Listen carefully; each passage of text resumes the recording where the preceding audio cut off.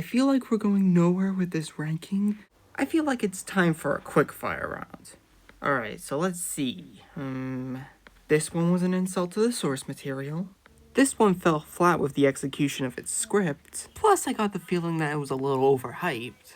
This one was an original movie, so of course it failed. And while I do admire the work that is not based on a franchise, I felt like this movie was a bit too short. And it felt like it was just throwing ideas at the wall to see what sticks. This one tried way too hard to be relatable. And the concept could have worked as a half-hour episode of Inside Number 9. Or a 70-minute feature-length horror movie, I don't know. And this one felt like it was quantity over quality, and felt a little boring at times. I feel the exact same about this movie, this movie, this movie, and this movie. Which in my opinion is the quintessential stop doing my job movie. This one had a great concept. And it should, since this is from the director of Host, one of my favorite horror movies of last year. But it felt like it needed a longer runtime to justify its story. Paramount really needs to pack it up at this point. Alright, enough about the hot takes, let's talk about the film's relevance. Alright, so, this was supposed to come to theaters, but it went to streaming with very little fanfare. And a lot of people couldn't wait for this pseudo Five Nights at Freddy's movie to come to streaming, but once it did, a lot of people were very disappointed. Including myself. This is probably the biggest letdown for me this year.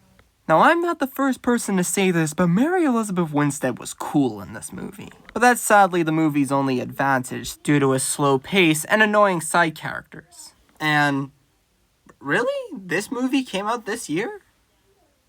Alright. Pretty Guardian Sailor Moon Eternal the Movie Part 2. Oh my god, that title is a major mouthful.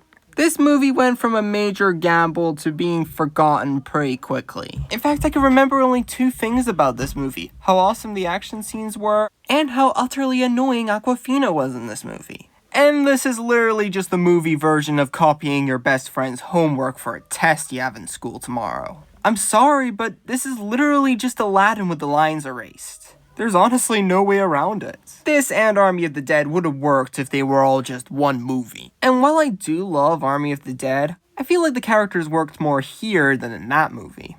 Oh boy, where do I begin with this one? This might have the most mismatched shots, the most alien-sounding performances, and the weirdest motivations.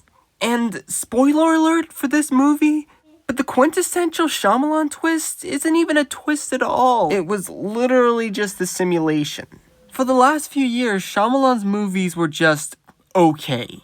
Not good, not bad, they're just fine. They're not the former and certainly not the latter. All I have to say is, Shyamalan, it's good to see you bad again. My name is Jerem, by the way.